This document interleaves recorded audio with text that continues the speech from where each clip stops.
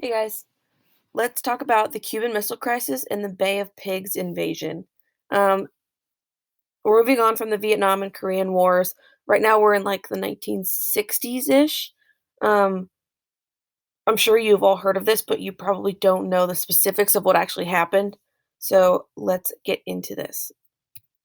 So, first, I want to start with some major vocabulary and some important people. That's what we're going to talk about in this video. And then the next video is going to be the story of what happened. So I think history works better when you tell it in a story because that's really all it is. That's how we're gonna break it up. So I know we've talked a lot about capitalism and communism, East versus West, freedom versus tyranny. Um, so capitalism is an economic system with private and corporate ownership. Um, the private sector is an important part because it helps to fund the corporate part of it. Um, Distribution of goods is freely determined. Things go back and forth. There's nothing that stands up saying you have this, you can have this, and you can have this.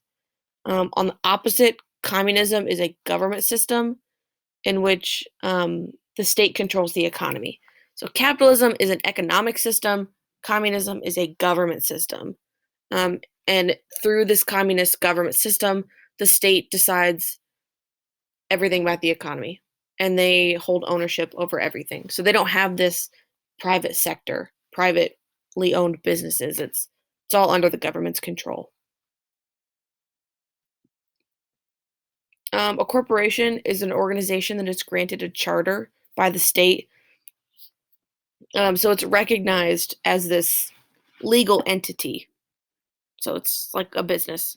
Um, it's distinct from like the rights and privileges and liabilities of its members. So if you're like part of a corporation, it's those high up guys or girls that like run these big companies. A dictatorship is a government where political power is concentrated to one person. Um, we have our famous dictators like Castro. We're about to learn about Hitler. Dictators are rarely nice and fun people.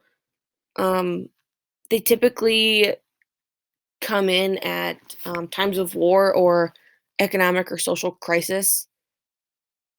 They turn out often to be like saviors in the beginning, and then they gain too much power and they won't let it go. Um, an exile, someone who lives away from one's country, um, either because the government like kicked them out and forced them to leave, or they decided to leave on their own. Napoleon was famously exiled. I mean, there have been a lot of people, but so they're kicked out of their country and they can't come back. Next, we have nationalize. So this is to convert from private to governmental ownership. So, like, let's say I move to North Korea and I have a pizza shop and I own it. I pay my workers, you know, it's mine. And then the government comes in and wants to nationalize, so they take control. It's no longer mine. Um, they'll probably still let me work there and like run it, but all the money goes to the government. The government tells me what ingredients I can use. They give me what I'm going to need for the month or whatever. That's what that means. It's for the government to come in and take control. Quarantine. You know what quarantine is. A condition of forced isolation. A regime is a form of government. Typically, when people say a regime, it's negatively viewed. Um, it's seen as more along the lines of repression and authoritarian rule. It's up there with the dictatorship, Hitler's regime, that kind of thing.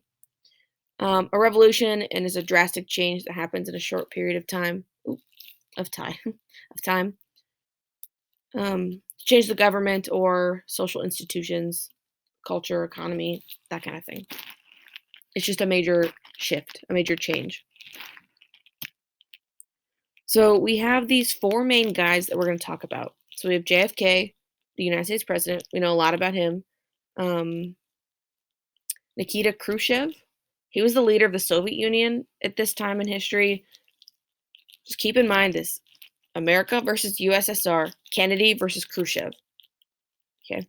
Fulgencio Batista. He was the Cuban leader before Castro took over, and then Castro is the Cuban dictator during this time. I'm sure you've heard about Castro. He was in power up until like 6, 7, 8 years ago. He was like the full-on leader. Today, he's still alive, still in Cuba, still works in the government, but he's not the like the dictator. He just works high up in the politics of Cuba. Okay, so I want you to obviously this is America. This is Florida, very southern tip of Florida, and here's Cuba. So we're gonna talk about all of this stuff, but I just want you to see how close this is. This is about 90 miles, so we're really not far from like the southern tip of Florida is not far from Cuba. It would probably, if you had to drive that, it'd probably take you, I don't know, hour and a half, 2 hours ish. That's not far. That's like from, well, I don't know. I don't know actually know how far that is from anywhere to Cleveland. But anyway, um, not far. Really not far. It would probably take you less time to drive to Cuba from the end of Florida than it would from Cleveland to Columbus. Okay, so this is where we're gonna stop. Yeah. Then go ahead and watch the next video when you are